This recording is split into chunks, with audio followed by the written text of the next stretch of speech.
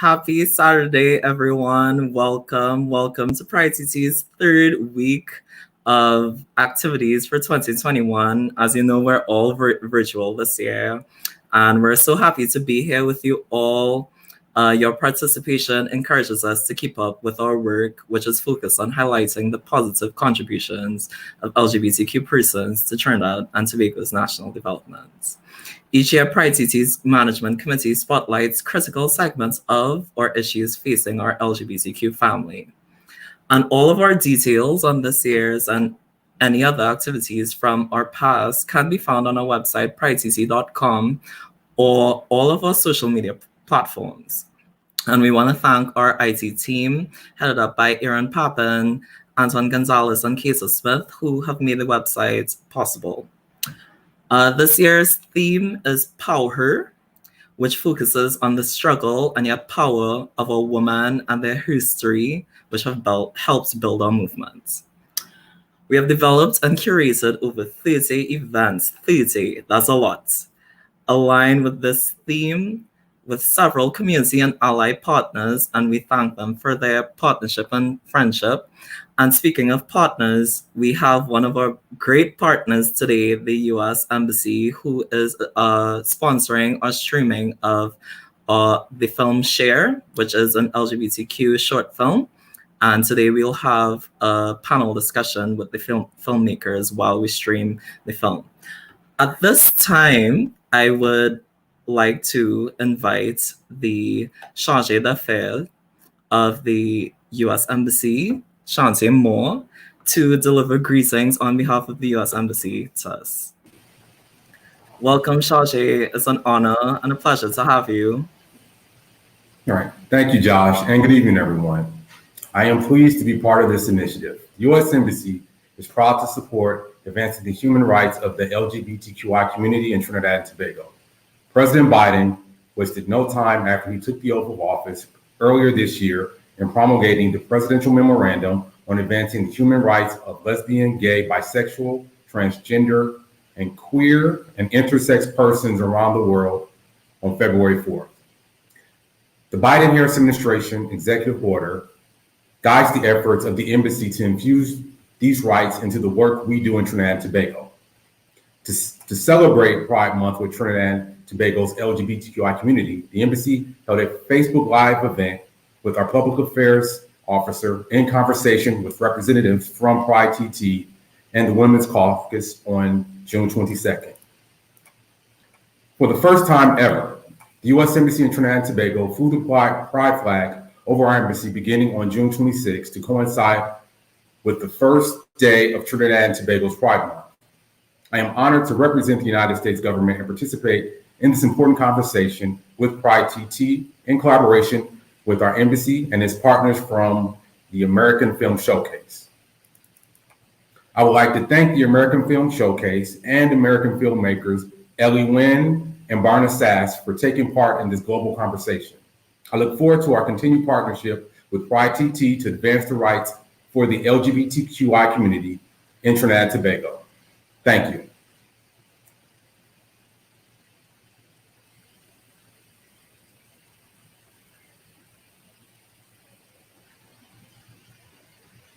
Thank you so much, Charge. We really appreciate your allyship, and we look forward to continued work with the U.S. Embassy. And we thank the U.S. Embassy for helping us with this film festival today. So thank you very much. So moving on to thank you so much, Charge. Moving on to our film. Let me just give you a little background on the film, because it's a really, really great film.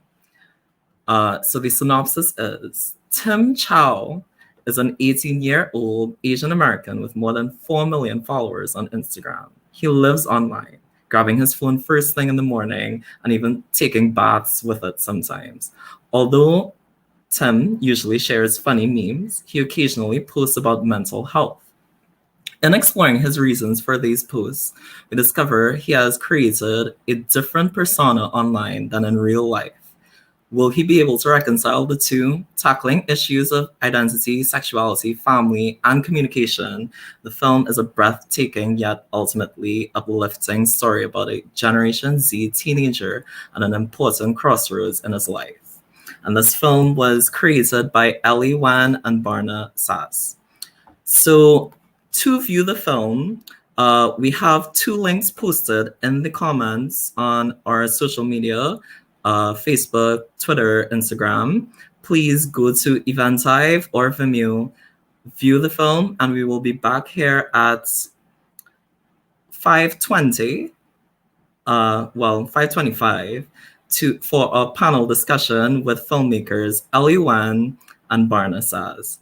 Thank you so much, and we appreciate you taking part in this event today, and we hope you enjoy the film.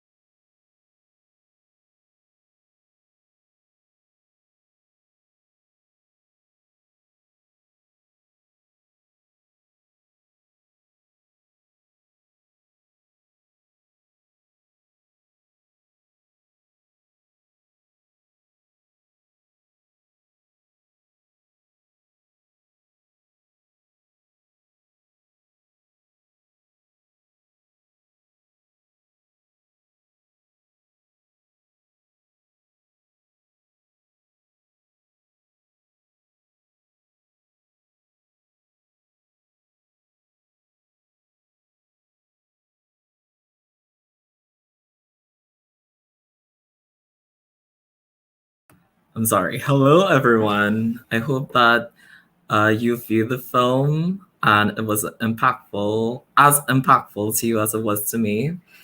So we're getting ready, preparing ourselves to have the panel discussion with Ellie, Wen, and Barna Saz of the filmmakers in collaboration with the US Embassy. But before we get into introductions, I encourage you to post any questions you may have for the filmmakers in the comments, whether you're on YouTube, Facebook, or Twitter. Post your comments and we will try to have them answered. So let's get into the introductions because we have such a great panel to get into. So we'll start with Barna Saz, one of the filmmakers. Barna Saz is a Budapest-born filmmaker and XR explorer, and his work has been featured on The Guardian as a staff pick on Vimeo and exhibited at numerous film festivals around the world. Barna moved to the US on a Fulbright scholarship and graduated from Stanford University's MFA documentary film program in 2019. So happy to have you, Barna. So great to have you. Thank you for coming. And this is a wonderful film. Thank you. So nice to be here. Awesome. Next, we have Ellie Wen. Ellie Wen is an award-winning filmmaker from Hong Kong and Los Angeles. Her work has been featured on The Guardian, The New York Times, The New Yorker, Short of the Week, and Vimeo's Staff Pick, and screened at premiere film festivals around the world. She holds a BA and MFA from Stanford University and is a current fellow in the SF Filmhouse Residency Program. So great to have you, Ellie. Thank you for being here. Thank you, Josh. So excited to be here. Thank you for this film. It's amazing. And to help me moderate, we have a special guest from the US Embassy. First Lieutenant Althea Davidson. First Lieutenant Althea Davidson is an 11-year prior enlisted officer from the Delaware Army National Guard. She is currently stationed at the United States Embassy in Trinidad and Tobago in the military liaison section. Additionally, Althea is the Gays and Lesbians in Foreign Affairs Agency's representatives, that's GLIFA, for the US Embassy. She graduated from Wilmington University's Multimedia Design program in 2014. So great to have you, Althea. Hi, Josh. Very happy to be here myself. Awesome. I'm so happy you're here. And finally, on our panel is one of our own from Pride CT. You may know him as Rudy. Rudolph Hanamji is a marketing professional with experience in the political and development spheres of Trinidad and Tobago. Mr. Hanamji, together with a group of activists, formed a committee to launch public Pride events, including Trinidad and Tobago's first Pride Parade in 2018. In 2019, he became the chair of Pride TT and has led the organization through development, planning, and executing Trinidad and Tobago's local Pride season since then. Happy to have you, Rudy. Great to be here with all of you all. Happy Pride. Awesome. And for myself, well, I'm Josh. I'm a law graduate and project management professional. I've experience in capacity building and development projects. And I was also among the group of activists who launched TT's first public Pride celebrations in 2018, along with the Pride Parade. I'm now a director at Pride TT, and I help manage project development and organizational relations, along with assisting in strategic planning. And I also produce Pride TT's annual concert for showcasing young queer talent. So happy to be with everyone today. We had an excellent film screening of Share. And I mean, it touched me a lot. So, I know it must have touched our audiences and it would have touched everyone on our panel. So I will pass you over now to Althea Davidson, who will kick us off with our panel discussion. All right. Once again, how is everyone? Ellie and Barna, I must say that was a very eye-opening and impactful film. I myself watched it at least several times. So could you give us a brief overview of what inspired the making of Share, how it was produced? Yeah. Thanks so much for having us, and very nice to meet everyone. And thanks for everyone in the audience for showing up. Interestingly, we didn't originally plan to make this particular film. Ellie and I were classmates at Stanford's documentary film program, and we were just generally interested in how teenagers use their phones, how they spend times with their screens. We were a little bit anxious and interested on screen addiction, on the problem of screen addiction. And so this was our original goal, but then something changed. Do you want to elaborate on that, Ellie? Yes, sure. So as Barna was saying, we were interested in potentially making a film about young people and screen addiction. And so we started researching in the local community in Palo Alto, talking to young students in the high schools and seeing what kinds of accounts they followed or what they did on Instagram. And a number of them kept referring to this meme page that they followed, which ended up being Tim's page. And so we checked it out and we were really intrigued. It was really funny. He had lots of great funny memes. But like you see in the film, we noticed there was this one pinned post that contained hotlines for mental health and suicide prevention and all of those kinds of things. So we were intrigued by that and wanted to understand where the impulse to have that on the page came from. So we reached out to Tim, and it kind of unfolds the same way that you see in the film. He ended up confiding in us, and it turned into a totally different film. Wow, that's amazing. Yeah, I can see how just watching those hotlines come up and just seeing all of that, it triggers a want to know more. So unfortunately, Tim couldn't be here. I would have really liked to meet him. Yeah. So I guess what are the themes addressed in the film, and how do they relate to the experiences of LGBT plus persons? I'll start with Ellie this time. Yeah, like you said, Tim really wanted to be here, but he's traveling today, so he wasn't able to join us. But I think that, I'm not a member of the LGBTQ plus community myself, but I am hopeful that I'm just really passionate about making films that represent underrepresented communities. And so I'm hopeful. I feel that Tim's story really resonates with a lot of the audiences we've shared the film with so far. And I hope that it encourages other people to be able to share their own stories and experiences and become their full selves. Barna, do you have anything to add to that?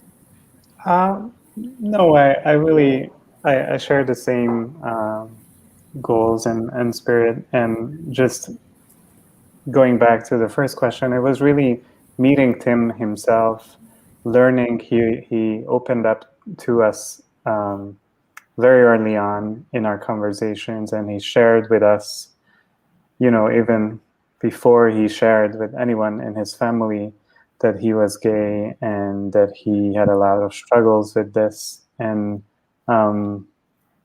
so Tim was really the reason, his story, but also his kind and generous personality that made us immediately, want to make a film about him. And I will say, I don't know if this is of interest to you guys, but there was quite a bit of back and forth once we started talking to Tim and learning more about his story, about whether we should make this film, because just like ethically, morally, we were concerned about the potential impact that this would have on his life. It's a really big deal to come out in a documentary film. Basically means you're coming out to the world. Yeah. And we weren't sure if he was really ready for that or if this was the right way to do it. But Tim is a super mature and very thoughtful person. He ended up convincing us that he needed to make the film and that this was actually kind of motivation and that little push that he needed to come out, that he had been sitting on this for a while. And he actually welcomed the idea of making the film to help him with that. So we're very grateful that he trusted us in this journey. And we feel just super, lucky to be a part of his story. Well, before Althea goes on, if I could interject, how is Tim now? What is he up to now? If there's anything. Great question. Tim keeps amazing us. Like he's so fabulous, and the way he thinks about social media is just, I think, like an amazing example for a lot of other people, and it's super inspiration. So he's still running this meme page, and in the film, I think it had like 2.8 million followers. Now it has around 5 million followers. Wow. So, and these are mostly youth, like young people, teenagers, maybe in their early 20s following him. And he keeps advocating for, social issues and mental health issues and LGBT issues on his meme page. But he also created this separate channel called Impact on Instagram, and that's solely dedicated to human rights issues, social issues, and that has, 1.5 million followers now. And so he really uses his talent to find a lot of people and advocate for these very important topics. But this is just how he's doing kind of professionally. And I think a lot of people are interested in how he's doing with his personal journey, and maybe Ali can share a little bit more about that. Yeah, so right after as the film ends, we see that he's reaching out to his father. He actually didn't really do that in that very moment. He maybe took a few more weeks before he actually came out to his immediate family.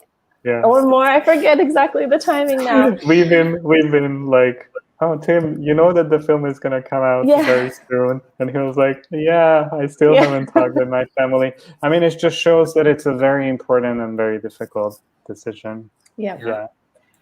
But so he did end up coming out to his family, and the response, I think, was just better than he could have imagined. They were very supportive, and I mean, it's not like a perfect process. I'm sure there's still, like he's shared a little bit, that it's not like everything's just like rosy and perfect right away. But I think he's just glad that he can really be himself now in front of them. And there was even an instance that he told us where his dad actually stood up for him when a relative was like kind of making fun of gay people, and his dad stood up for him. So I think that was just really touching to hear that.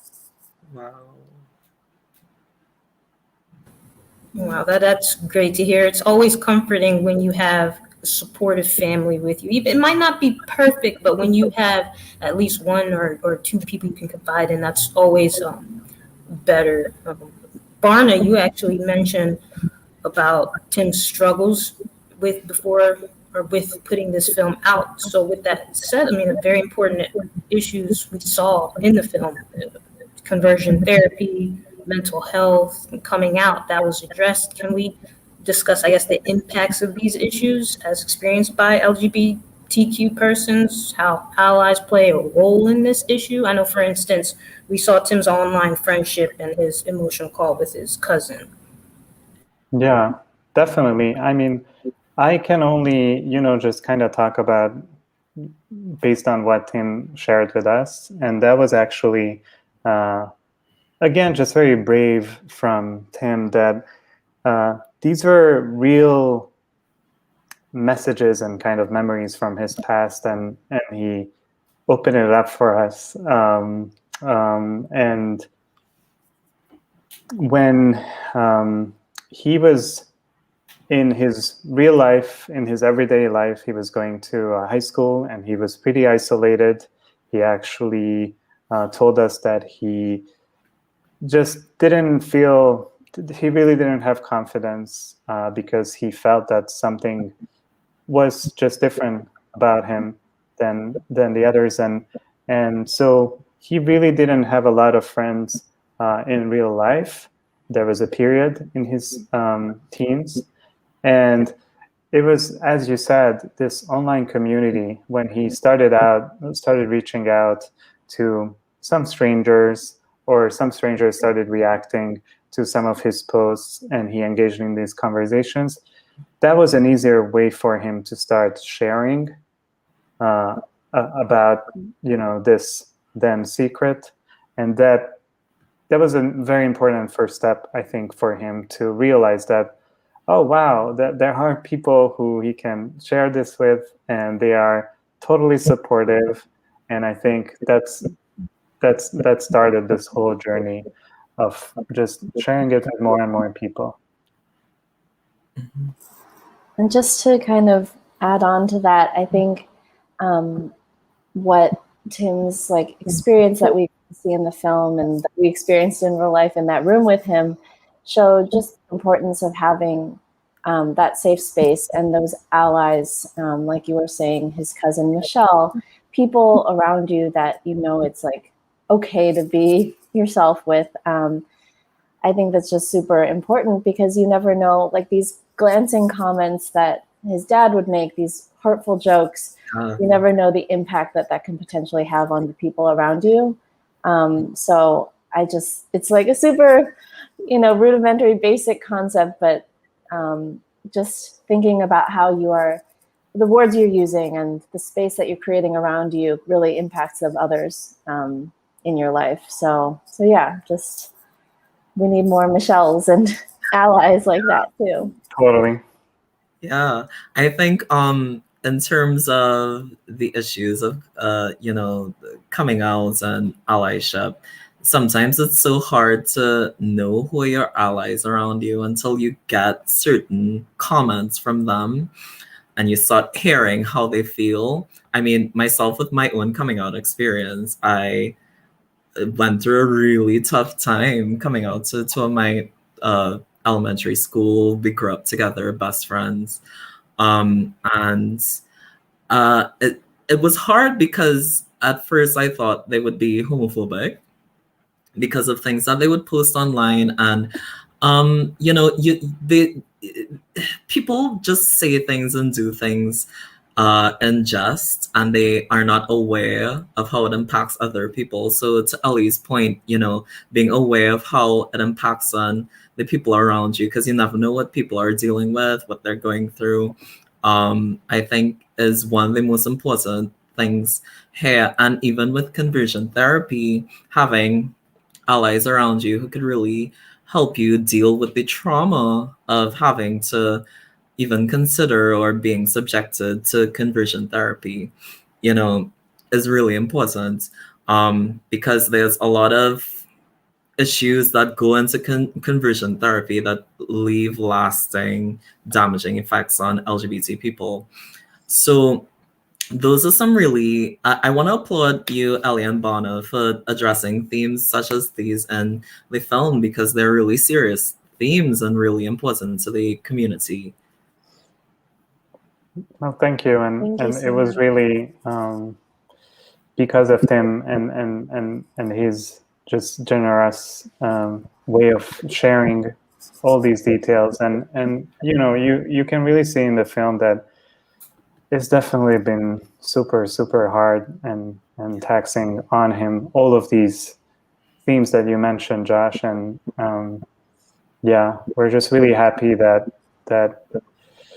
he was able to find his way out from that, even in these circumstances. Yeah. Okay, so I guess, what are some other messages you would want the audience to take away from the film after watching Share? Even Tim, what do you think he would want to what's the goal, like intent for people to take away from it? Well, first, I guess, in addition to the themes and things we've been talking about, going back to kind of the original intent of making the film with screen addiction and all that, I think that we discovered upon making this film that while screen addiction is definitely still something we're very concerned about and is a very real issue, I think it's something that we learned from making the film and watching Tim was just realizing that there's also some potential positives about social media and just finding friends through strangers online to be able to share these things with. So it's not so black and white in terms of social media is evil or screen addiction is just one thing. It's possible that there can be some positives that come out of it too. But we need to hold these companies accountable too for how they are creating these spaces for us to use and potentially manipulating us into the way we use it. Yeah. If I'm sorry. No, please go ahead. On that point, I looked at the film and it forced me to go back into my own younger years. We're in the year 2021, and too many of those themes are still with us, especially in Trinidad and Tobago. I think one of the things that we took away when we talked about it was that there's this notion that people in other countries that we see as more advanced don't deal with some of these issues, and that's a misperception, of course. And it being able to see stories like that reminds us that we're not all alone. But in particular, to the point of social media and the internet, I remember Josh mentioned one of our tech team, Anton. He was actually the first person in Trinidad and Tobago to create an online platform, a website, gaytrinidadandtobago.com, more than 20 years ago. And that was the first outlet for many of us to meet each other, to share, to find family outside of our biological family. And these platforms can help. They can definitely assist you in creating that sense of belonging and finding support. But as you all mentioned, it's important to find the balance. And I think that some of us that are in the middle ground between the Z generation and the boomers and stuff, like the millennials, we have to try and encourage the balance because we know what it is to live without that, but we can also see the benefits of it. So there are lots of parallels that we still deal with today when we meet with the community. So Tim has to really be commended for opening up and allowing people to see that from a first-person point of view, not an actor playing it on screen, but somebody who's actually going through it. So thank you to him. Thank you for that, Rudy. Thank you. And perhaps just one thing to add to this question is that I am right now in Budapest, Hungary, where the current government is just doing a very, very awful homophobic propaganda.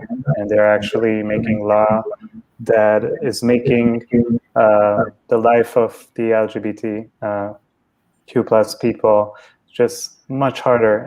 And especially issues of the youth, it's going to be so much harder for them to find supporting spaces.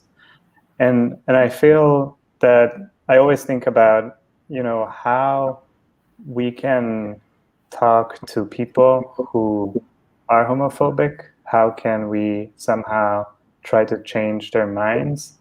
And I feel that to me, it's exactly these personal stories, like Tim's story, when they can see that the people that they don't want to accept are just people like them with very similar problems plus some other problems. And so I think this is why these sharing personal stories, and as you said, it's not just an actor, it's not fiction, but people from the community who are able to do this.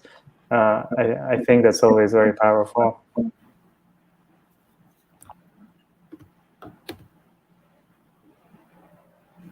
But it requires a lot of bravery, right? So Yes. just again, super grateful to Tim for being willing to open up and share that. Definitely. Thank you so much, Ellie and Barna, for your answers to these questions. I'm not sure if there's any other questions in the comments, but as a multimedia background myself, I'm curious to know what's next for you and Barna. Yeah, so I'm currently in San Francisco, California.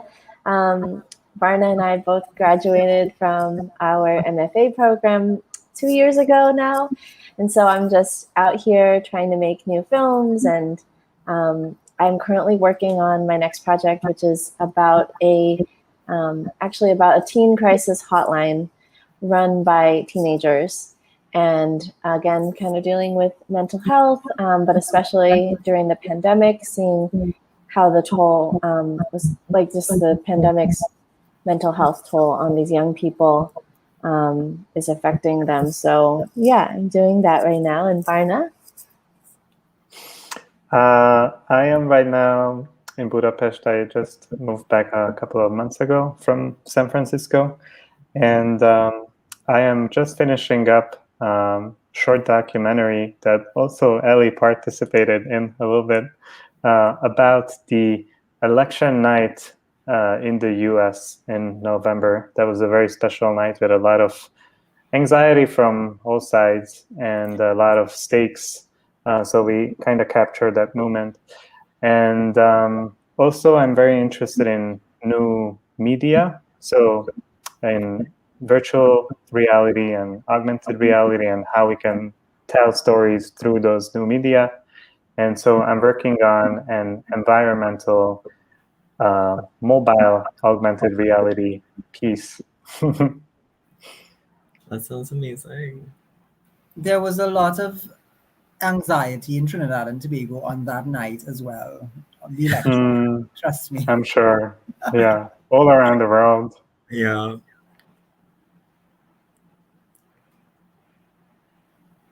Great.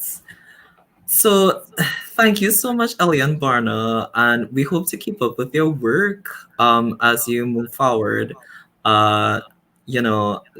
Films like this we just love, and we want as many people to see it as possible. So we will be sharing your Vimeo for the rest of the weekend until Sunday.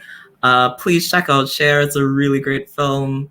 And, a lot of love and props to Ellie and Barna for creating something so amazing that touched on some really important issues. And, we address the issues such as mental health and coming out. Rudy, can you tell us, some of the activities Pride TT would be doing to support LGBT persons in the areas of mental health and suicide prevention? Thank you, Josh, for that. It's always important to remind people what is available out there to help them. So definitely, last weekend, actually, we had the EduQueer Health Fair, which was co-hosted by persons such as the Ministry of Health, FPAT, the Trans Coalition of Trinidad and Tobago, and other partners. And all of the recordings are available on our YouTube channel and our social media. The last session we had was with a clinical psychologist who treated specifically with mental health and suicide prevention. And every year at Pride TT, we try our best to curate content that continues to treat with these issues as best as we can. And especially this year with the theme being How Her, which, as you said earlier, is about the focus on women and the intersectionality between women's issues and LGBTQI issues. There's still a lot of gender-based violence and a lot of abuse when it comes to just being a woman in general. And then adding on top of that issues such as being a trans woman, a lesbian, etc., non-binary. So for the rest of the Pride Month this year, we actually are going to have 2 or 3 additional sessions specifically dealing with community building, with outreach, empowerment, and we're hoping that through those activities, people can build community. They can realize that they're not alone in this. And especially during COVID-19, we are going to continue to partner with other stakeholders to maintain ongoing community engagement. So as our Prime Minister said earlier today, the country is starting to open back slowly but surely. And with that, we'll be able to go back into the community physically and be there with them.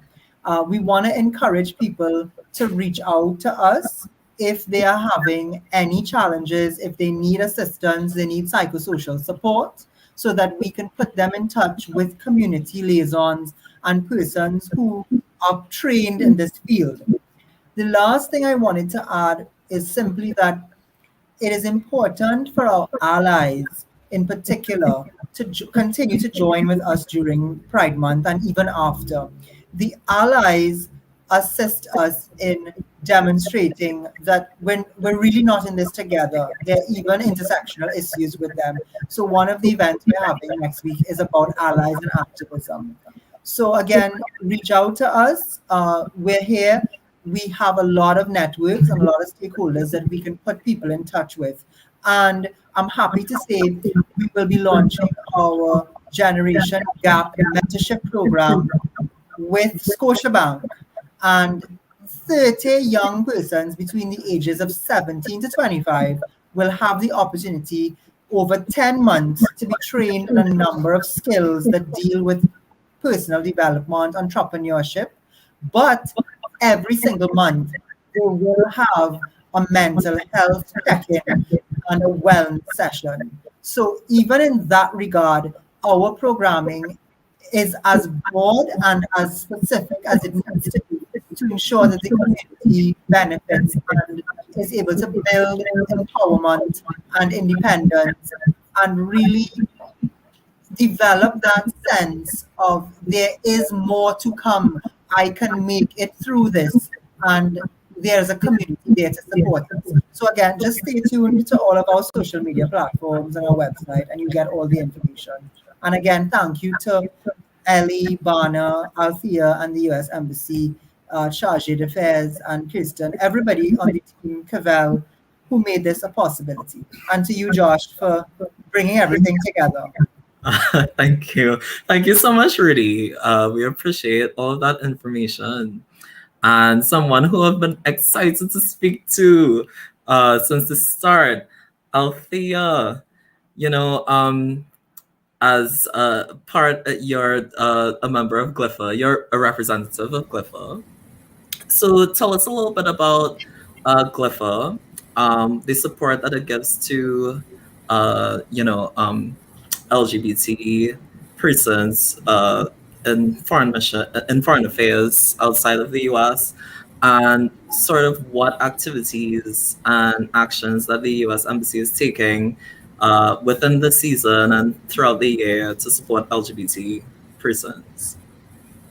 Thank you, Josh, for that question. I know you've been eager to ask.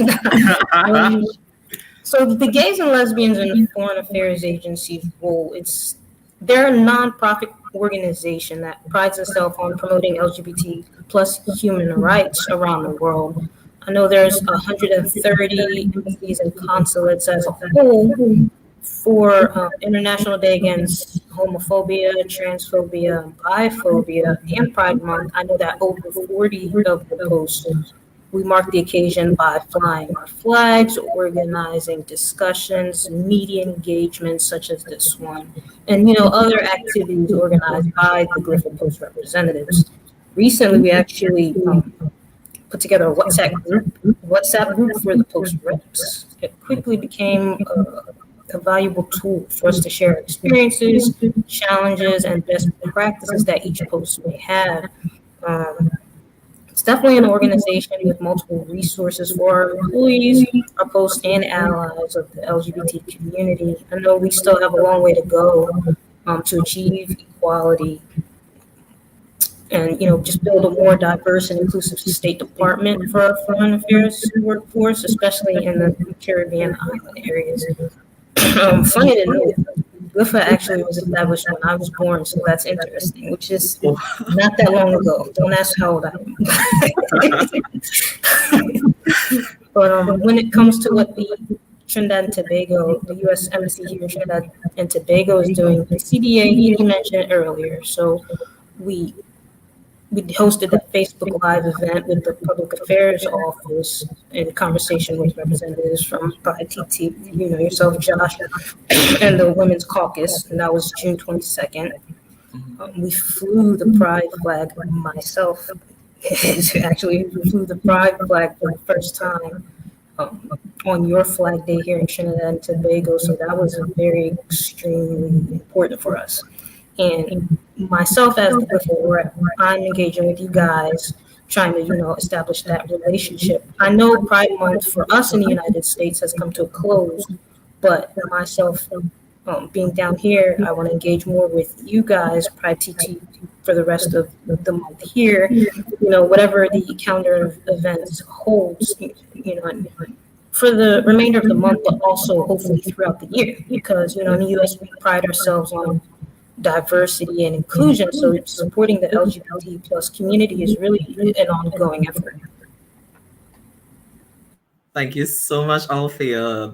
And we saw the raising of the flag. We were so excited by that. Thank you so much for that. It's so amazing to see, the embassies and foreign missions give us representation where, it may be missing for us in a public sphere. And our last question, both Althea and Rudy, what are some of the resources available to LGBT persons that are in the US, or what are some resources available to LGBT persons through the US or PRITT that we can sort of put them in touch with? I'll let you start, Rudy, because I'm actually very intrigued to know what PRITT does have to offer.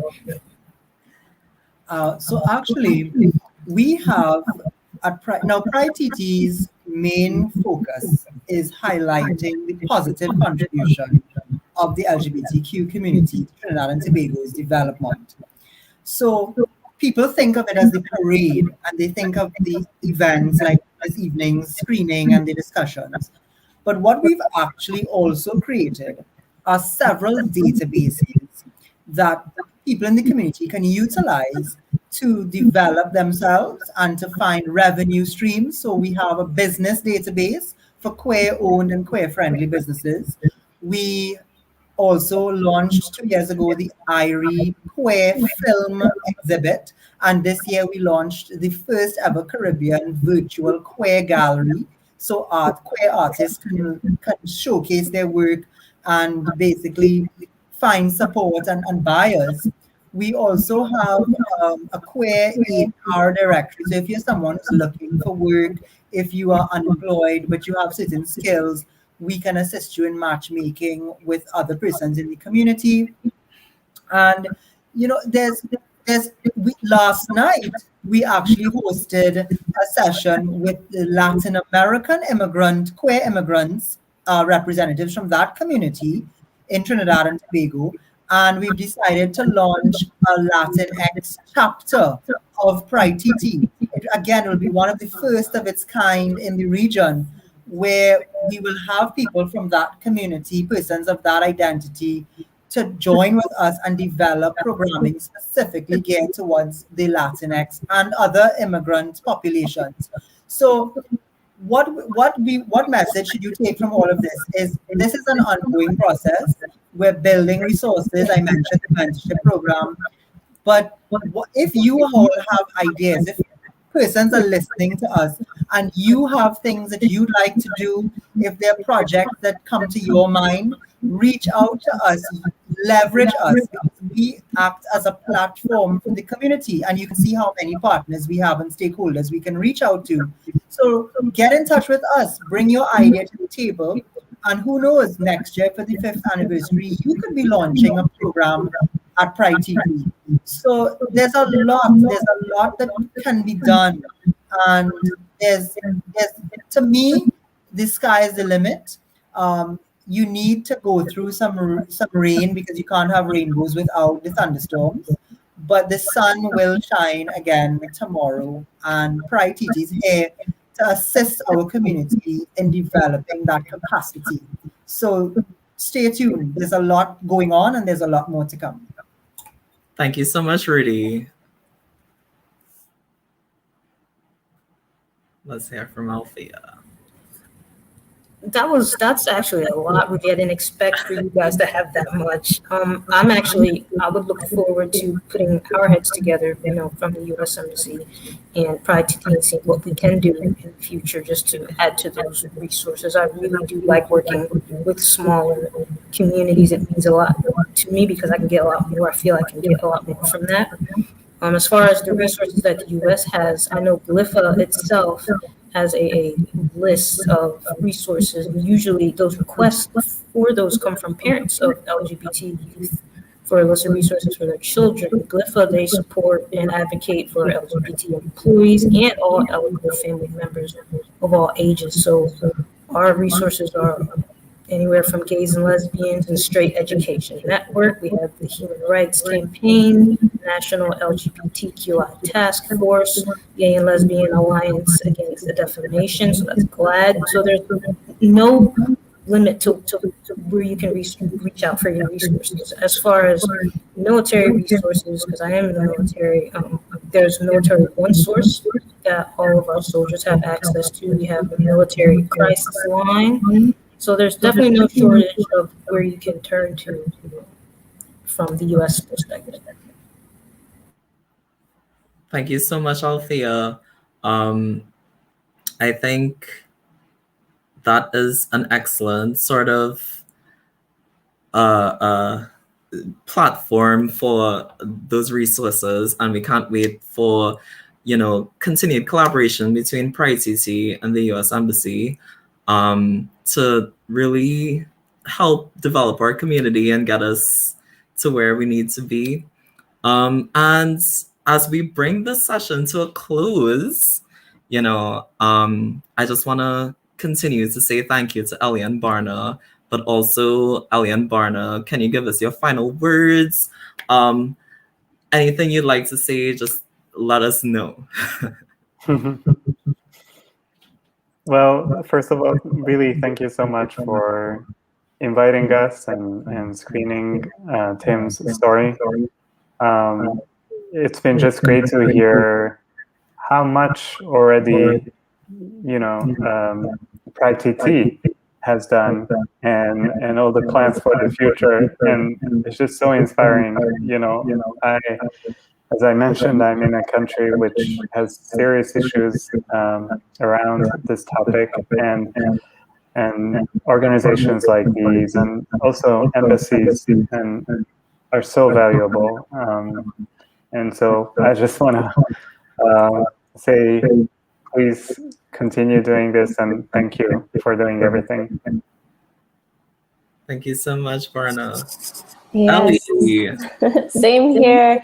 I think when we first made this film, we never in our wildest dreams would have imagined getting to screen it all over the world. And so just really grateful to be a part of the American Film Showcase program. And thank you so much for inviting us to be a part of the Pride TT program. And congratulations, like Barna was saying, on everything you've done in such a short time already. And like I think Josh was saying earlier, it's Pride Month, but hopefully all these efforts and I like things that we're talking about can just continue to be celebrated and discussed the whole year. And yeah, just thank you for having us. Ellie, Barna, thank you so much. And you guys are part of the Pride CC family now. So we're gonna get you to Trinidad and we're gonna, have fun when things reopen. Althea, final words.